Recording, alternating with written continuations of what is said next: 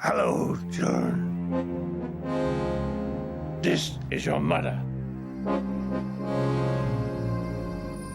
Now listen to this. Once upon a time there was a wily wolf. That's me. A wicked witch. And a ginormous child.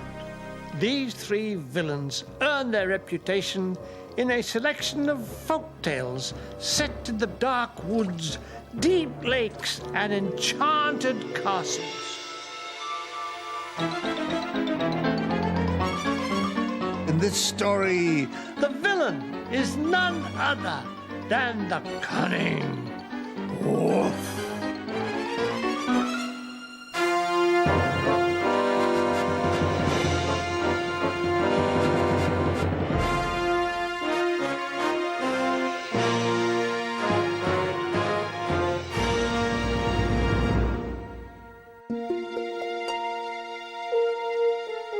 Long ago, a wicked witch, bored with watching snooker on TV, invented a fearsome fandangled contraption on which to conduct an experiment.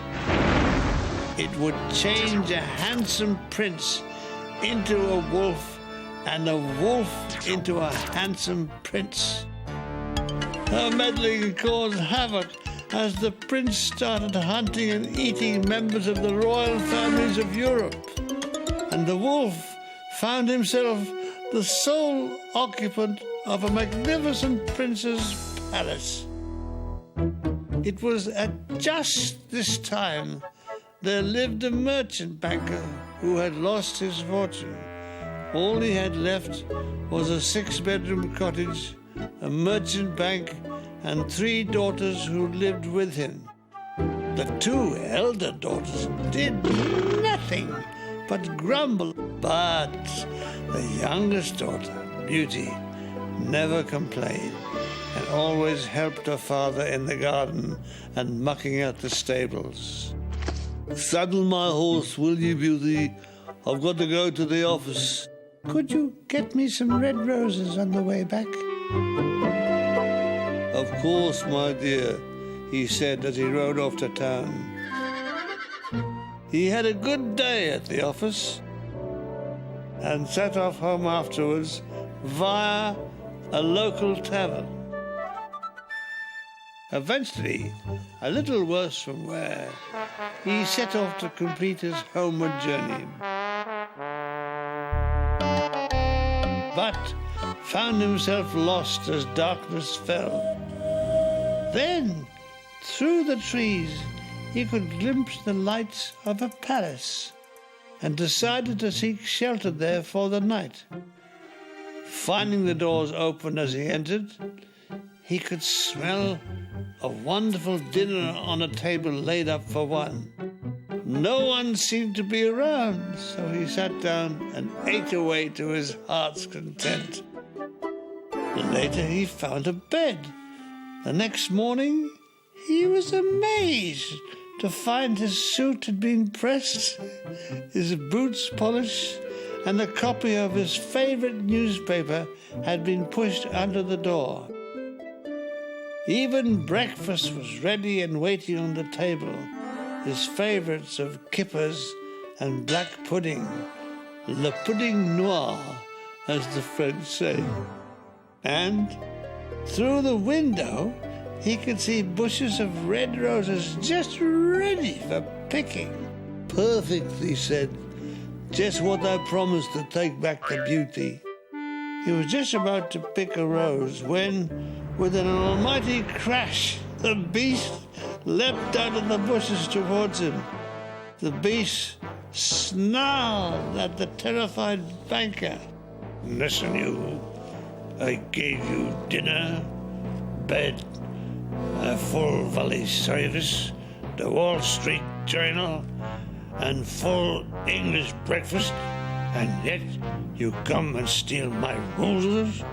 Oh, why won't somebody love me?" "Please don't be angry," said the banker. "These roses are for my daughter, Beauty." "Oh? Would she love me?" "All things are possible," croaked the banker. "Okay, then. You promise to bring her back to me, or I'm gonna eat you all up." The banker agreed. "You could tell your daughter I'm not really a grizzly wolf, but a handsome prince." The wolf explained that he was made to exchange his life with that of a prince by the witch's experiment. "That story may take some selling," said the banker. When he arrived home, his daughter came running towards him.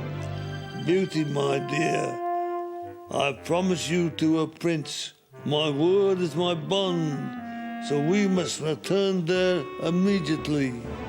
Is he handsome, Father? "Well, he has immaculate teeth and well-manicured fingernails. What more do you want?" Reassured by this, Beauty packed a few things and off they went back to the palace. When they arrived, they found a table laid up as before, but this time for two. "Soup, madam?" said a gruff voice from behind her. Oh, you've frightened me. Why does the prince keep a wolf as a butler?" Well, look at the time.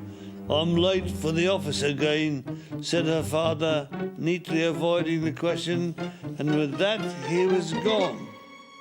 Poor Beauty was left alone with only the wolf for company, dressed as a butler. "Listen, honey lamb, do you love me?" Love you? How could I love an ugly beast like you? And I am promised to a prince. Wait a minute, but I am the prince, and I promise I won't hurt you if you're nice to me. I won't even eat you up. Beauty broke down in floods of tears when she realized her situation.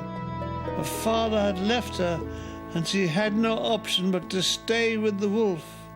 True to his word, the wolf spent his days behaving in a most gentlemanly fashion towards her.